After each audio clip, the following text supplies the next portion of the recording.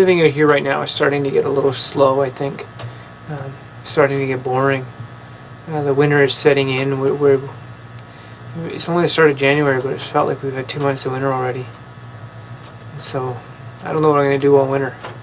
We have about 3 months left before we leave, and I hope it speeds up a little. I think I got to come up with a hobby or something.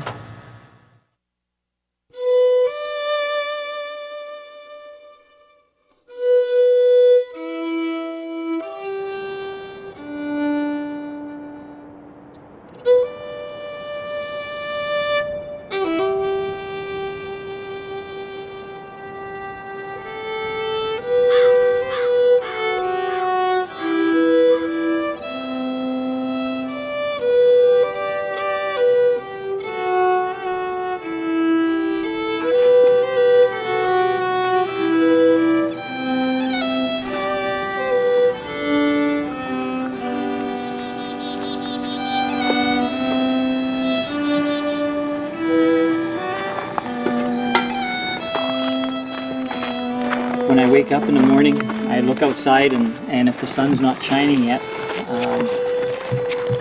I think, well, I wonder how much longer it is before I can get up and get at the day's activities. And like Deanna, I really enjoy the chores. It's something we really look forward to getting up to do, and getting out and just having that,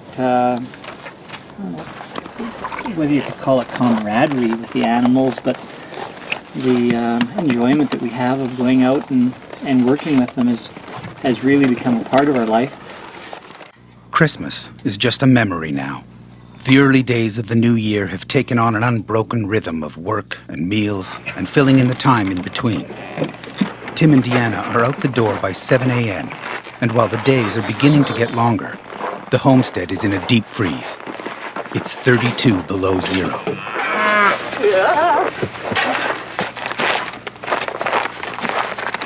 I think she's in heat.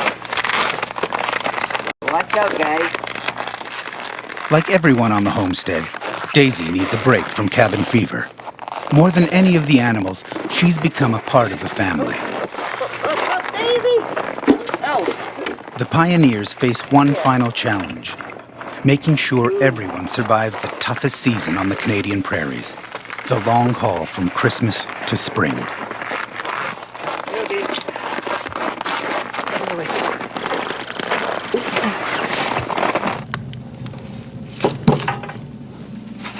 Frank and Alana rise later. They do the evening chores. Their morning ritual begins with sweeping up the sand they've dug out of a pit out back. It's homemade kitty litter, which somehow seems to get into everything.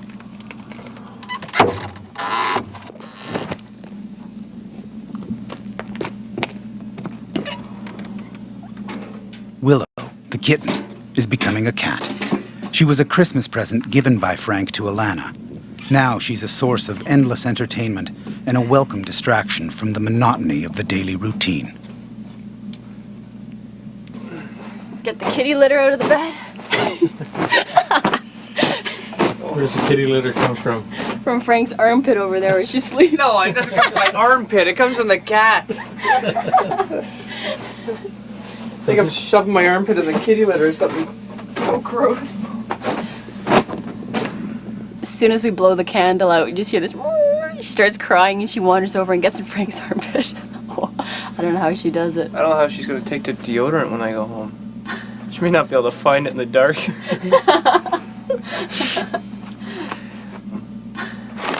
you go. Better hook her up there.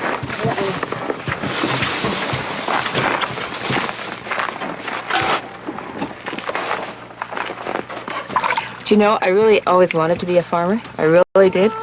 And of course, Tim, that was the farthest thing from his mind. But I always thought I'd love this life, and I really do. I really do. I can really say that honestly now. Obviously, you probably didn't think I'd say that in the beginning, but I could live on a farm. What changed? I don't know, Ty. You know, good experiences out here. I don't know. I don't know. I guess I'm always committed to I do take, even though as difficult as it was, and it was difficult, very difficult. I mean, you know, I almost wanted to, I didn't want to quit, but I did want to quit. But I've come to love this life, I really have, and it's going to be very hard for me to leave. In behind me you can see the sundog, which is the kind of a rainbow on a crystal day. When the crystals are in the air, they give sundogs on each side of the sun. There's one here, and then the same distance away from the sun. On the other side is another sundog. It's beautiful in the morning, nice and crisp.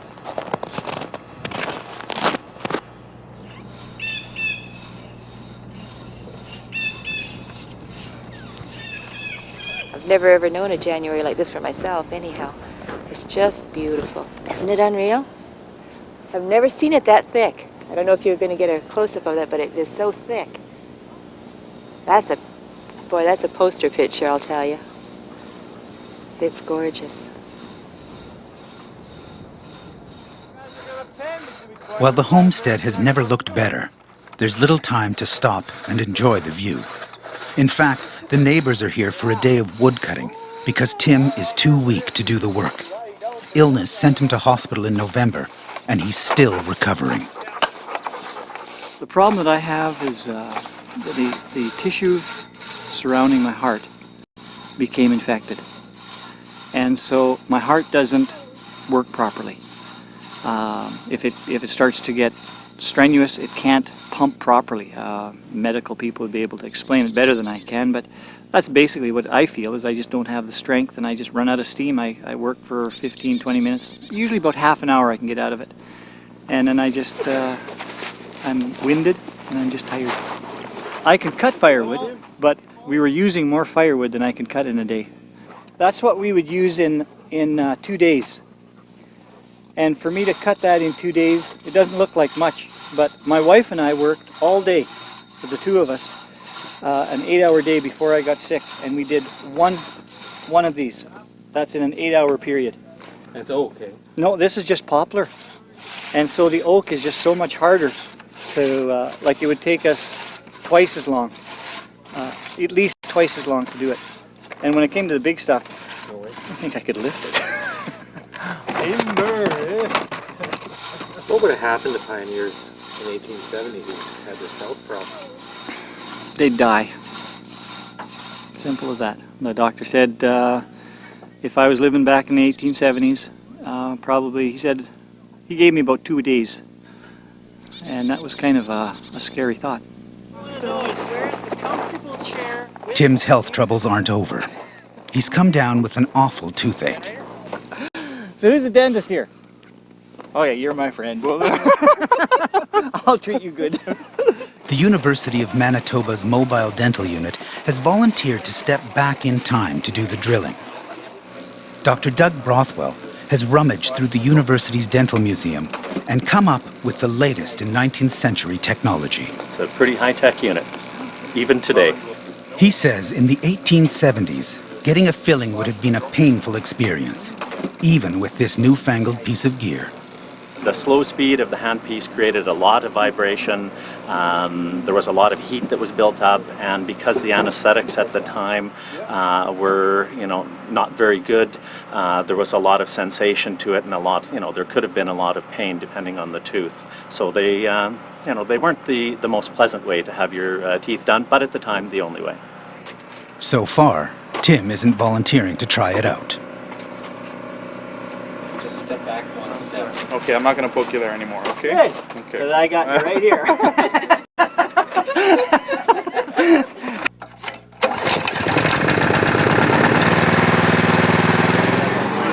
I hate it. It's too noisy. Too modern. Oh, it's loud and annoying. We're not used to having that noise here. It's really weird.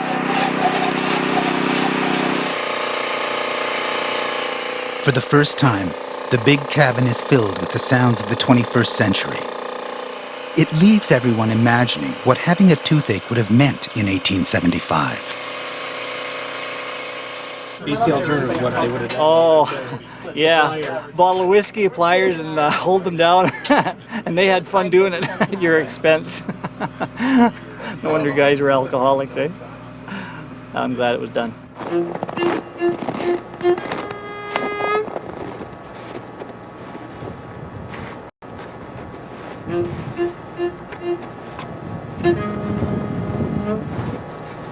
Yeah, it's interesting doing laundry in the wintertime.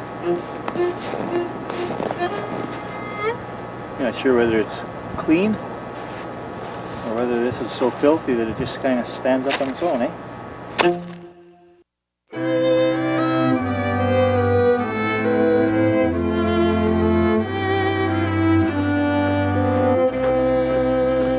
The days of plowing and planting are long gone, replaced by another test. There are only a little more than 8 hours of daylight in early January, and Frank and Alana are feeling the need to get out of the cabin and away from the homestead for a while. Well, we've been doing walking around the section we live on, so sort of a 4-mile loop. Just sitting around the site all the time and everything, just getting out is nice. Has that been hard? Yeah, I've been getting cabin fever. Yeah. Not so much, it surprised me, not in our cabin, but just in the site. Just feel like I need to get out of the whole 40 acres. I've been a bit frustrated lately with not. I really enjoyed the summer where we saw progress all the time. We had our jobs and you'd have the satisfaction of seeing them finish. We have time to enjoy now. We have time off, which is great. We love that, but there's something missing now, I think.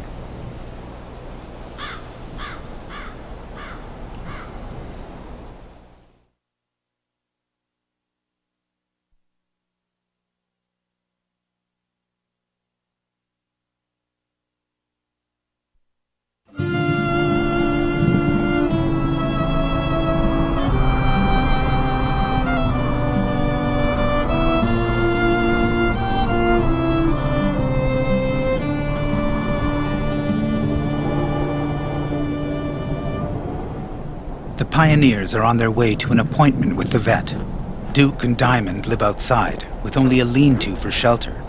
The old-timers said that would be good enough.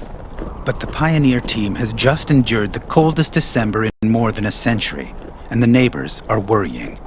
They've noticed that the horses are losing weight.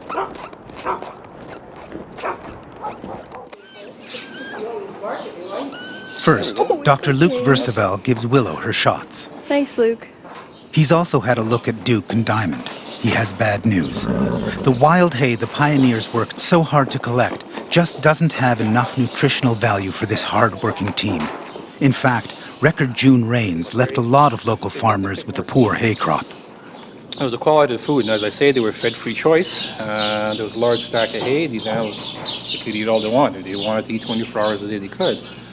However, the nutritional value wasn't there. I mean, I'm sure these animals would eat to the point where they're full every day, but they couldn't extract enough nutrient value out of what they ate to sustain their bodily condition. Hence, they lost bodily condition.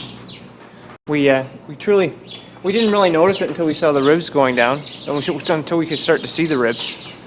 So, and then not knowing exactly what we were supposed to do, we just let them eat more and more hay, which didn't do anything. So that's when we had to get other help. A twitch is something that we use just to help ensure cooperation on the part of the horse. Okay, lad. Open up. Luke decides to grind down the horse's teeth so they don't lose any feed while they're chewing.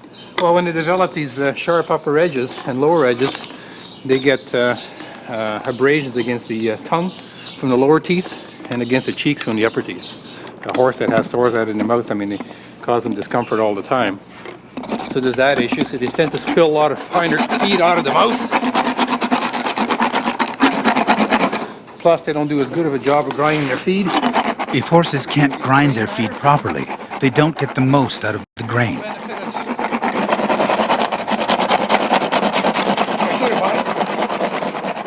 Filing their teeth is a common practice, usually done once a year. It doesn't hurt them. Too high for you, or? No, that's good. Duke and Diamond's well-being is a priority. They're lucky, and so are the pioneers. In the early days, there was no vet around with 21st century advice, and often, in lean times, no money to get any help at all. Good. Or when we look at the dirty 30s here, where people had no income, no feed for their livestock, And some of these animals went on to starve and die. It probably did happen. At least 2 months of hard winter are left. Duke and Diamond have already lost 200 pounds fighting the elements. That's more than 10% of their body weight. They'll need some special care to get them back into shape. Lindsay Hamill, a neighbor, will supply the pioneers with a 21st century mixture of high-protein alfalfa and grass. It will help put some bulk back on the horses. Today, Lindsay will deliver the feed the old-fashioned way, just for fun.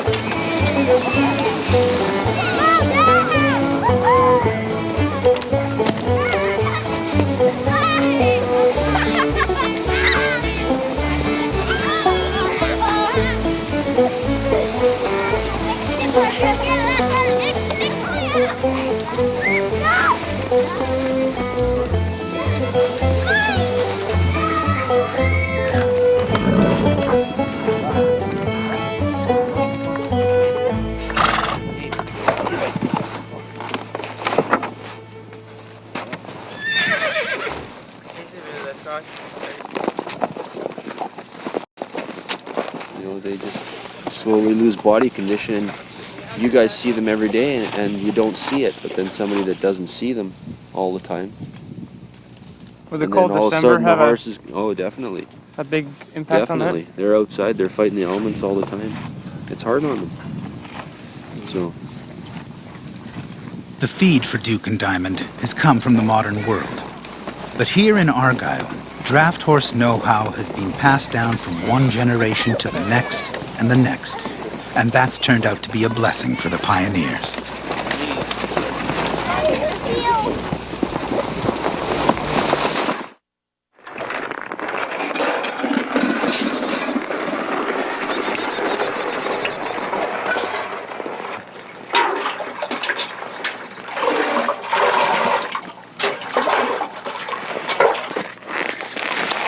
I find it amazing that that well has not gone down a bit to speak of since we dug it.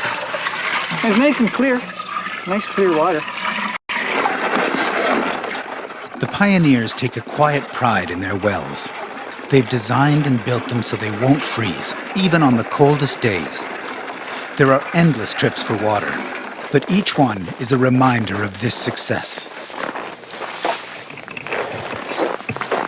We give them about 40 pounds of hay per horse per day. And they don't quite finish it up, so that's nice. We know that they're getting enough.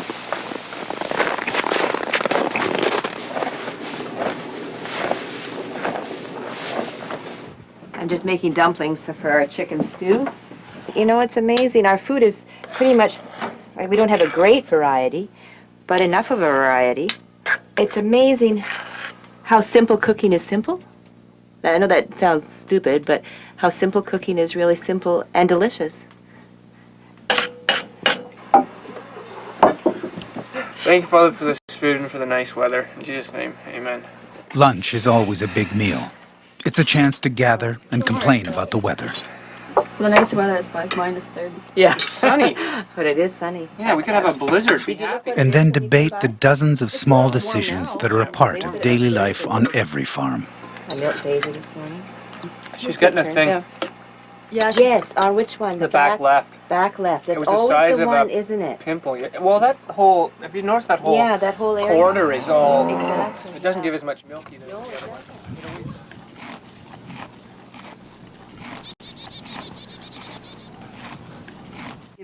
The only thing that's missing from the pioneers' table is homemade bread. An expert baker, Heather Lair, has volunteered to show Alana and Deanna how to whip up some traditional loaves from scratch. Next topic. Well, we've done buns. We've each done buns. Yeah, I made cinnamon whole wheat. buns. You made white. I made right? white buns, and we made cinnamon buns. Lots of biscuits, but the bread we've been checking We've just with. been too busy.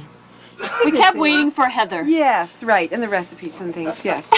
This is a little dark because I put too much molasses in. It would be a little bit lighter. And it's just a basic oatmeal bread leavened with yeast. And the other one is the rye oatmeal bread. And it would have been typical of this time too, in that it's the shape, it doesn't require a pan, and the type of flour that was used, and the density of the bread. And there was a time when people, if they wanted bread, they had to make bread. That's what Emily says. She says, "Mommy, that's like your belly." That's like after you had a kid. That's my rotten little brat kid that says that. So salt. It's like a after pregnancy stomach. Yeah, and you don't want too much flour, just enough to, here we're going to have to get a spoon and extra mashed potato. I don't even know how to do this properly. It'll come. Actually, just sort of dump it out. And you stick your finger in, and if it stays, it's risen enough. If it's not ready, it'll pop right back out. What you do from here is gently push it a little bit. Don't bang it down, like just divide it. And now you roll it this way, those edges in. And then pull it down and turn it. See, I'm pulling down with my hands here. I don't know. I had this feeling that bread was so hard to do and that it would take us lots of tries to get it to work. It's almost embarrassing now because it looks like it was actually pretty easy. Let the boys be happy tonight. Oh wow. You do it with the applique. It's all applique, and that's in 1871 too. While the bread is baking, Heather has more knowledge to share. She's an experienced quilter, and these are designs from the 1870s. These are little ones. You see, this is the quilting. Oh, that's gorgeous. Me too. The importance of The baking and the quilting reveal a truth about pioneer life. If you wanted a quilt, you had to sew it yourself or learn the craft from someone else. A settler's day was filled with tasks like this, tasks that look simple, but take plenty of skill and practice. So now you see you have really to. into this. Now you have to do. I was until today when it seemed technical all of a sudden. Okay. Oh, Oh, and I love it. I like seeing the so with finished this kind of product. sewing, you just sort of disregard these. No, I really like it. It's just. I love being busy, but we have a lot of time to sit right now, so it's something to do. Oh, it's great. Yeah, get it a makes you nice feel quilt out of useful it, even though yeah. you're sitting. And I think especially for me right now, it's something to take home. It's kind of a memory from here. This is the finished thing. It just needs to be ironed flat, but it matched up good. Heather gave us little details of how to match all the seams up and backstitch and make it good and durable. So it worked good. It smells like beer. That's yeast. Yeah. Look at this one. It's like one of those wiener in a bun. Let's see if we can get one.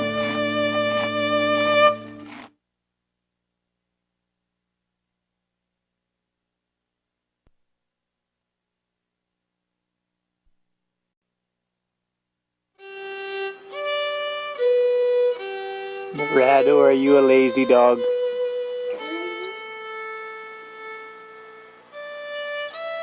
It's a beautiful winter day.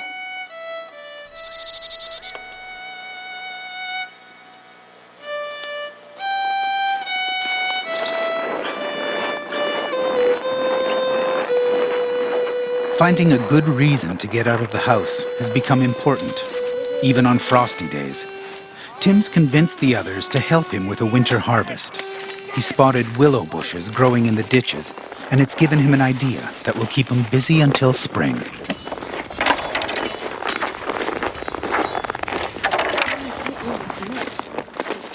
In the olden days, and even now, boredom is one of the biggest killers, eh? And if you're Piana, maybe just take it at an angle when you're cutting it. But boredom is a big time killer, I think. When you got something like this to do, especially, it's gives you a sense of accomplishment, which makes you feel better. It's turned out to be a great way to spend an early February afternoon. One cold day follows another now. Tonight, the temperature will fall to 32 below. Tomorrow, 35 below. A lot of time will be spent indoors. I did think that perhaps in January I would be a bit bored or if it was going to be extremely cold, to perhaps get a bit bored. But January flew by and February's flying by. I don't have enough time. I'm not bored one bit. Tim gets busy making willow furniture and crafts. The mud and mosquitoes of summer all but forgotten in the quiet comfort of the Treadway cabin.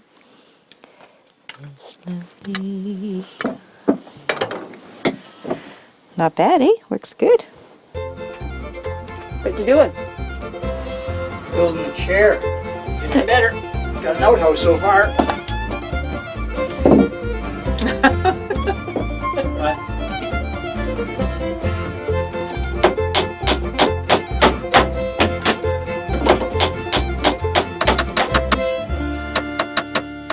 Now, what I want you to do is to sit in this thing and see if it's even got any comfort in it. It doesn't look comfortable. Oh, it is. Is it? Oh, it is, yeah. Oh, it's so wonderful. Oh, it's wonderful. It's wonderful. These could be a bit higher.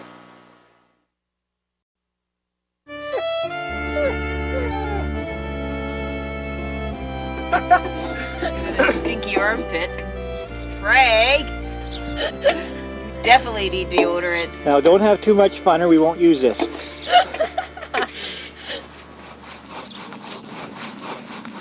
We need soap for washing dishes, for washing our clothes, having a bath.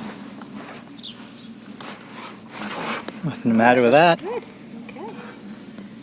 Well, we made this a couple of days ago with, we rendered down beef fat, some pork, lye, and a little bit of borax in it. And now we're cutting it up. Settlers, what they would do is they would, as we were reading up on this, they would make soap, enough soap for probably a year at a time, but also they would cure it. The best amount of time for curing, what we read, was 5 years. That's a good time to let a soap cure it. I didn't realize that a soap had to cure. Well Daisy's done. eating our soap here. I don't know what she was licking. Okay, sorry. Daisy. Very friendly cow. Meanwhile, the pioneers are relieved. The horses are putting on weight and picking up energy. And with each passing day, the sun is higher in the sky.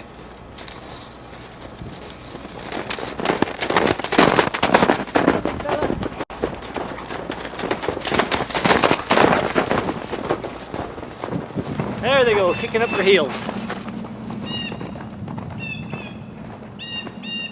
Everyone is enjoying these afternoons, especially Tim, who's finding it's important just to spend some time on the porch. A little bit of pain in the old body that I guess 50 years of use has to put the body to use, and it kind of gets tired after a while. I guess the knees are really taking a killing, and right now I'm having quite a hard time even just, it just plain hurts all the time. And you hate to complain about your health, but sometimes you just have to admit that you've got something that's bothering you. And it's been an interesting year with a few pains that I've had, and but I guess when you take a 21st century softie and throw them into the 1870s, you've got a lot of work that has been put through the year. And I'm sure that I know that the settlers, when they came over, I'm sure some of them never realized the amount of work that they would have to go through, and the difficulties, the pains in their bodies. I guess I've never felt so good physically and been to the hospital so often.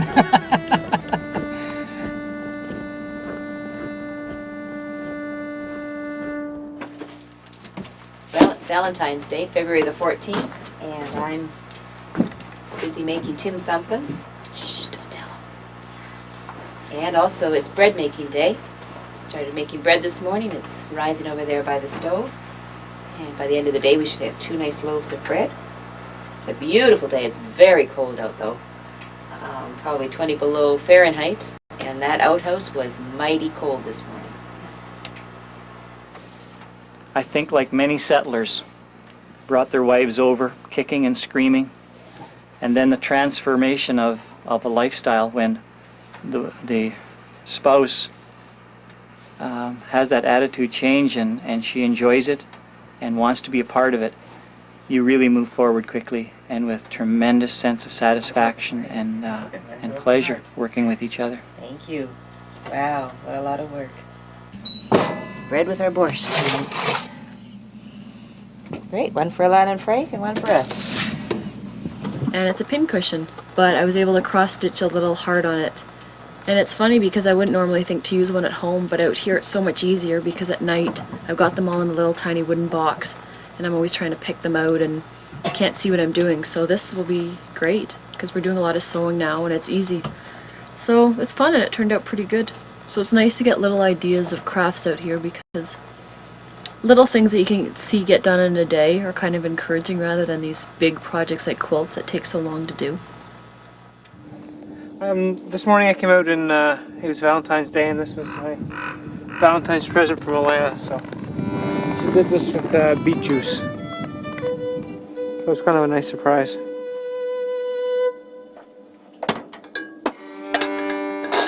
Alana spends her Valentine's afternoon stoking the stove and making a quilt for her sister Amy, who will turn 18 in a few weeks. She'll miss the celebration.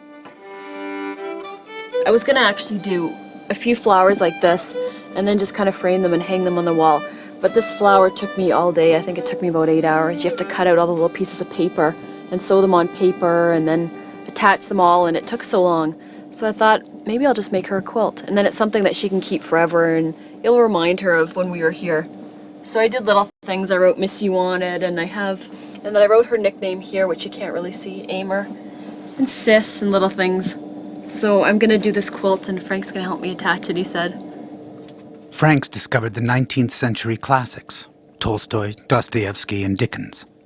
Today, he's making a valiant last-minute attempt at turning some deer hide into a pair of Valentine moccasins for Alana. I think you're supposed to sew with 2 needles. Who ever came up with this stitch before? He's got the guy trying to sew. Thanks. You didn't even know what a saddle stitch was. Shows you how much you know. Everything's too big. So my dad made one a pair of these. Oh, these were too small. You know what? Maybe they'll fit me. In which case, sorry. You get nothing. Kate. I can just imagine what's coming. Yeah, see, that's maybe just right, a little big for you. Isn't that a coincidence? So is that it for the Valentine present? I think so. Yeah, I guess. She's always telling me I'm spent too much time reading and not doing crafts, so I try and make her something. He's good at this kind of stuff, though. He does a feeble attempt, and he screws it up on purpose. That's his excuse. See, look, I can't do it. Look, I got all these forms, I was measuring her feet, everything was down. You know, look at this. Look at you, even blood all over I it. cut myself, I was bleeding all over it.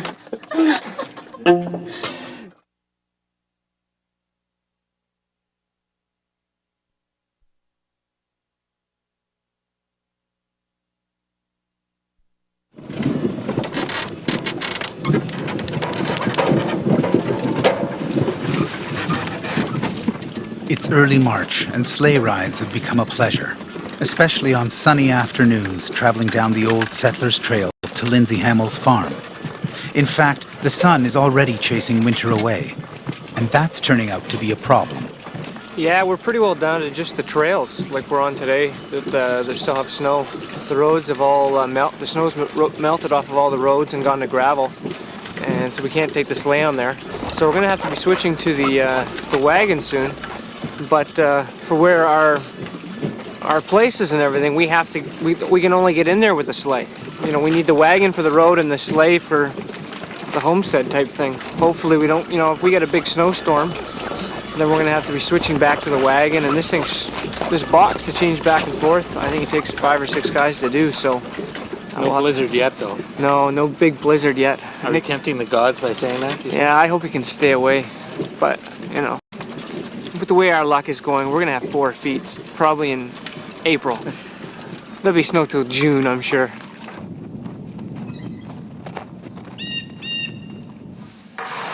Frank's picking up some high-quality grain from the Hamills, something the pioneers have to do to keep the horses in top form. For a moment, Frank steps into the 21st century, then returns to the past.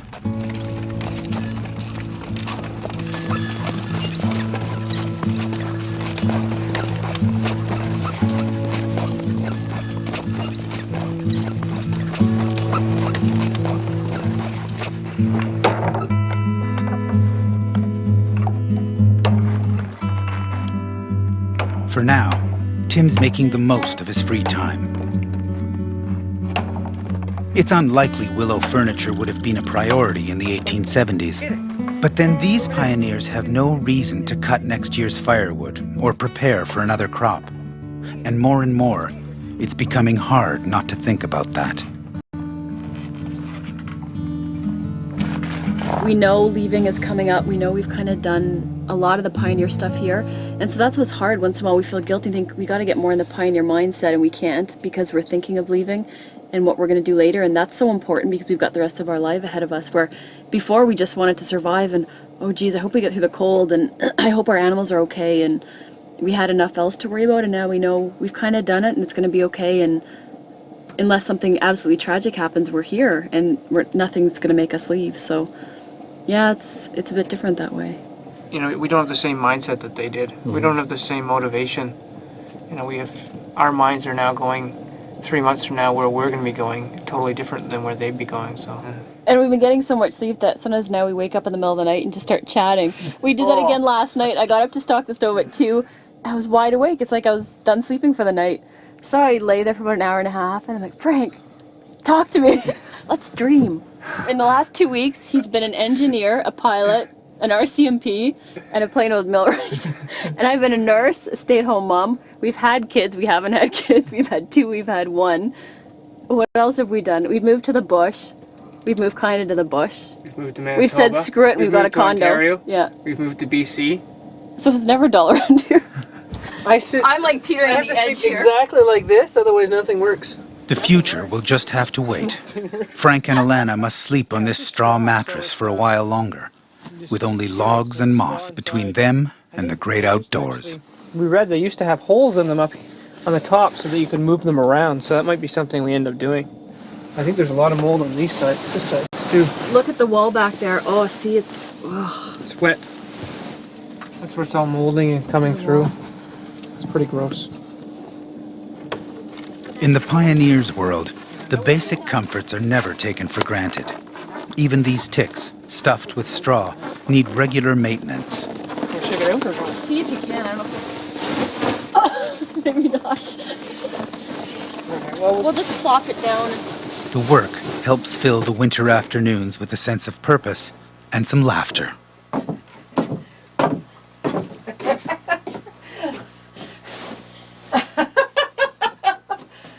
are we going to sleep on that? Ah, nice and soft. You think we have too much in? Maybe.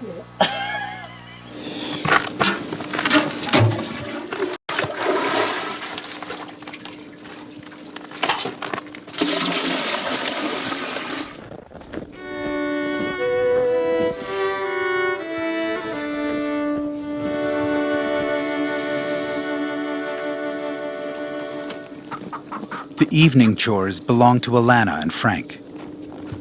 They punctuate the end of each and every day.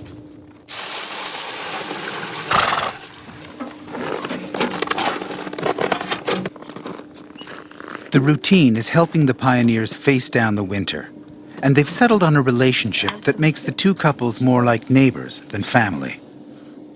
Most nights, Frank and Alana eat alone, the evening meal just a quick stop in their cabin. Then after supper, it's hay and oats for the horses, barley mash for the cow, eggs to collect, and there's still milking to do. The sunlight lingers into the evening now, and it's welcome.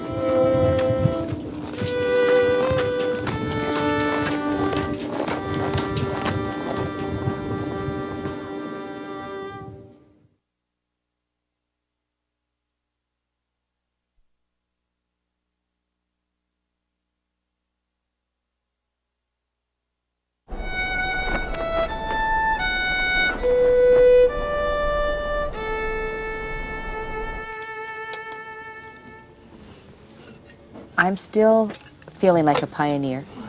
My mindset is still, I'm still trying to be a pioneer. Father, we thank you for this food that you've given to us. In Jesus' name, amen. I thought about this lately, about, you know, the name of this documentary is Pioneer Quest. We're trying to be pioneers. Are we doing that? Can we do that? And I think perhaps 95% we're there. Obviously, we're not 100% like a pioneer would be living back then, with the pressures that a pioneer would have, thinking about this next year, thinking about what kind of a crop we're going to be having. But in the present sense of the word, I think we are living as much of a pioneer life as possible, with just a few bits of the 21st century creeping in. But no, we aren't even talking about what we're going to do when we get out of here. It's one thing that we miss out here is music. I think probably that's one thing I miss the most is music. So we've had to make our own.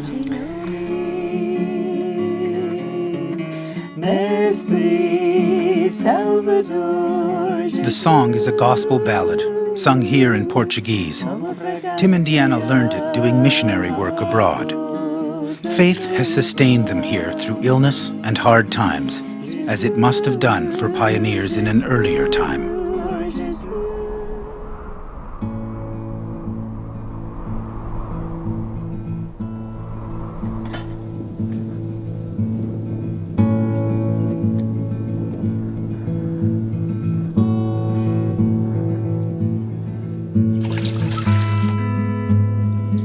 Frank and Alana came here last June with the dream of a pure pioneer experience.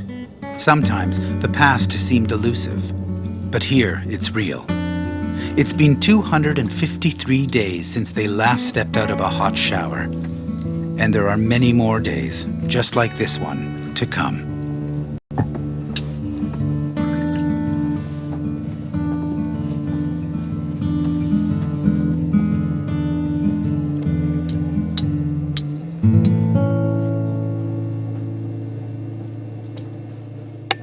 The evening ends with a video diary. From the beginning, it's been a chance for Frank and Alana to sum up the day's events and make some sense of an experience that welds the past and the present together. And we were talking today too about how it's staying lighter longer, which is so nice for us, especially doing evening chores. Yeah, it's really making a difference doing chores, that we're not having to do them in the dark and not having to use a lantern. And we stay awake past 8 o'clock now, so it's kind of nice. Staying up late. Stay up till 10. The only thing is then we have to find something to do for that extra hour we stay up. Oh boy. It's just 100 more pages we'll read of our books. Another square to quilt. That's it? Yeah.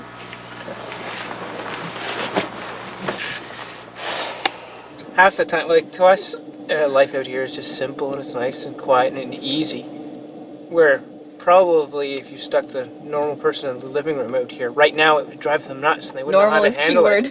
Yeah, a normal person out here, you know, the fact that just how we are, you know, staying in front of each other, going to the washroom, or just what you wash in, or, you know, just getting used to going out at minus 30 is just like nothing.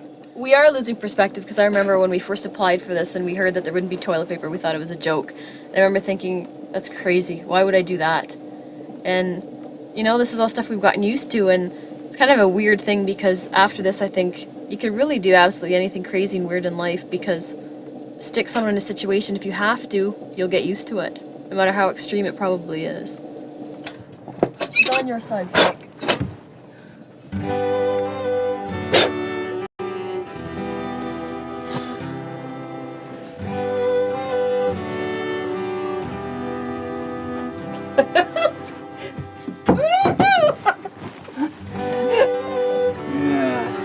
It's been a good day, eh? Yeah.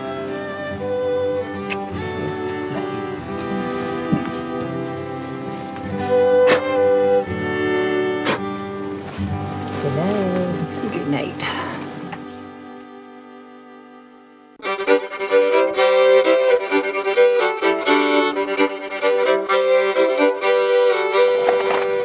Next time on Pioneer Quest. At last, spring arrives. then leaves again. And then there are new weather worries. I came to check the road because I have to do pickup tomorrow. So I was trying to see how wet it is, and it's just horrible. Join us for the final hour of Pioneer Quest, a year in the real West.